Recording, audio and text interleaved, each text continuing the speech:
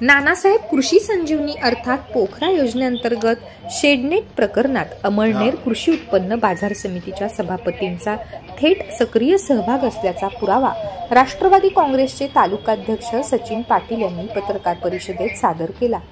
धुळे पोलिसात व आर्थिक गुन्हे शाखेकडे अशोक पाटील यांच्या विरुद्ध शेतकऱ्यांनी तक्रारी दाखल केल्या व जबाबाच्या प्रती त्यांनी पत्रकार परिषदेत यावेळी सादर केल्या।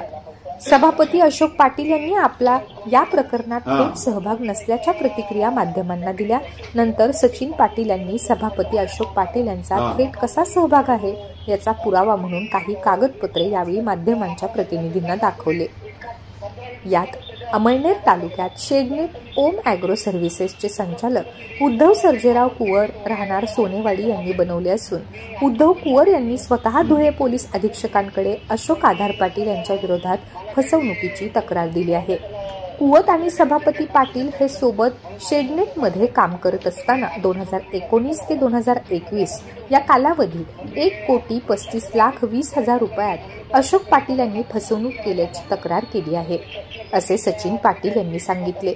तर दुसरा पुरावा सादर करताना सचिन पाटील यांनी सांगितले की नरेश मधुकर बागल राहणार देवपूर धुळे या शिक्षकाला 1 एकर शेतात पॉली हाऊस करण्यासाठी अशोक पाटील यांनी 45 लाख रुपये लागतील व तुम्हाला बँकेतून कर्ज काढून देतो म्हणून कागदपत्रे मागून घेतली। मात्र बँकेची कुठलेही अधिकारी प्रत्यक्ष शेतात पाहणीला आले नाहीत, तरी 38 लाख रुपये कर्ज युनियन बँकेचे कसे मंजूर झाले ही शंका बागल यांना आली आणि त्या कर्जाची रक्कम अशोक पाटील व धुळे येथील गल्ली नंबर 5 मधील बँकेचे तत्कालीन मॅनेजर यांनी परस्पर नंदराज देवरे तिरुपती इरिगेशन खडकी तालुका मालेगाव यांच्या नावावर ट्रान्सफर केली। याबाबत धुळे आर्थिक गुन्हे शाखेकडे तक्रार केली होती। त्यानंतर तडजोड झाल्याने अशोक पाटील व नंदराज देवरे यांनी संमती करार करून नरेश बागल यांच्या नावे बंधन बँकेचा 14 लाखाचा डीडी दिला। या कागदपत्रांवरून अशोक आधार पाटील हेच शेडनेट घोटाळ्यात सक्रिय असल्याचे स्पष्ट झाले आहे। दरम्यान अशोक पाटील यांचा हा घोटाळा 100 कोटींच्या पेक्षा अधिक असून धुळेपासून थेट नवापूर पर्यंत त्याची व्याप्ती असल्याचा पुनरुल्लेख सचिन पाटील यांनी यावेळी केला। त्यामुळे जळगाव, धुळे, नंदुरबार जिल्ह्यातील सर्व शेडनेटची पारदर्शी चौकशी व पंचनामा करून शेतकऱ्यांना न्याय देण्यात यावा आणि शासनाच्या पैशाचा अपहार थांबवावा अशी मागणीही त्यांनी यावेळी केली। यावेळी सचिन वाघ, सनी गायकवाड उपस्थित होते। दरम्यान बाजार समितीचे सभापती अशोक पाटील यांनी या आरोपांवर बोलताना सांगितले की ओम ॲग्रोच्या संचालक उद्धव कुवर यांच्याकडून पैसे उसनवार घेतले होते आणि ते त्यांच्या खात्यावर परत केले आहेत। तर नरेश बागल यांचे पॉली हाऊस हे कोणत्याही शासकीय अनुदानातून नव्हते।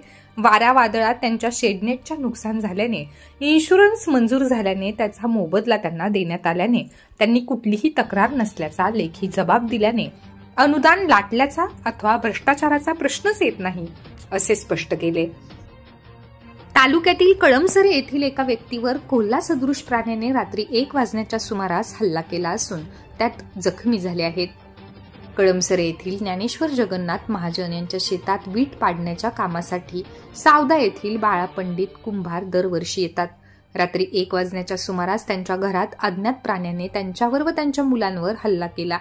अचानक झालेल्या हल्ल्यात ते खूप घाबरून गेले, मात्र बाळा कुंभार याने पुढे सरसावत परिवाराचे संरक्षण केले।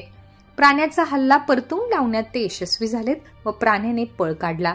अज्ञात हल्ल्यापासून त्यांनी आपल्या मुलांना सुरक्षित ठेवले, परंतु या हल्ल्यात ते जखमी झाले आहेत। त्यांनी लागलीच मारवड आरोग्य केंद्रात उपचारासाठी गेले असता प्राथमिक उपचार करून त्यांना पुढील उपचारासाठी धुळे येथे हलवले। बाळा कुंभार यांची प्रकृती स्थिर आहे। या घटनेमुळे कळमसरेसह परिसरात भीतीचे वातावरण निर्माण झाले आहे। तालुक्यातील शहापूर येथे मुलगा पोलीस पाटील तर आई नुकतीच सरपंच पदावर विराजमान झाली आहे। आई व मुलगा गावाच्या उच्च पदावर विराजमान झाल्याबद्दल गावकऱ्यांतर्फे त्यांचा सत्कार करण्यात आला। मुलगा भाऊसाहेब पाटील हे गावात शांतता अबाधित राहावी यासाठी नेहमी प्रयत्न करत असतो, तर आई सुमनबाई पाटील यापुढे गावच्या विकासासाठी झटणार आहेत। गावच्या विकासासाठी आई सरपंच आणि मुलगा पोलीस पाटील असे दोन्ही महत्वाची पदे एकाच घरात येण्याचा हा योग जुळून आल्याने आई व मुलगांचा गावकऱ्यांनी सत्कार करत गावच्या विकासासाठी त्यांना शुभेच्छा दिल्यात। तलाठी मनोहर भावसार, ग्रामसेवक समाधान निकम यांच्यासह प्रदीप पाटील, प्रशांत पाटील, बाळासाहेब पाटील, संजय पाटील, अरुण पाटील, भानुदास पाटील, ज्ञानेश्वर पाटील, निलेश पाटील, दिलीप पाटील, आधार पाटील हे उपस्थित होते. भाऊबीजेला आलेल्या माहेरवाशिनी आणि दिवाळीला मूळ गावी आलेला नोकरवर्ग कामगार परतीच्या मार्गावर असल्याने एसटी, रेल्वे स्टेशन आणि लक्झरी बसेसमध्ये प्रचंड गर्दी उसळली आहे. दिवाळीच्या पूर्वी आणि सुरुवातीचे 2-3 दिवस पुणे, मुंबई, नाशिक, नागपूर, अमरावतीकडून गावावर येणाऱ्यांची प्रचंड गर्दी होती. खासगी बसेसला किमान 1500 रुपये तिकीट द्यावे लागत होते, तर त्या काळात गावाकडून मुंबई, पुणे जाणाऱ्यांना अवघे 600 रुपये तिकीट लागत होते. आता परतीचा प्रवास सुरू झाल्याने खासगी बसेस इकडून तिकडे जाण्यासाठी 1500 ते 1700 रुपये भाडे घेत असल्याने लक्झरीचे भाडे परवडत नाही, म्हणून प्रवासी एसटी, रेल्वेकडे वळत आहेत.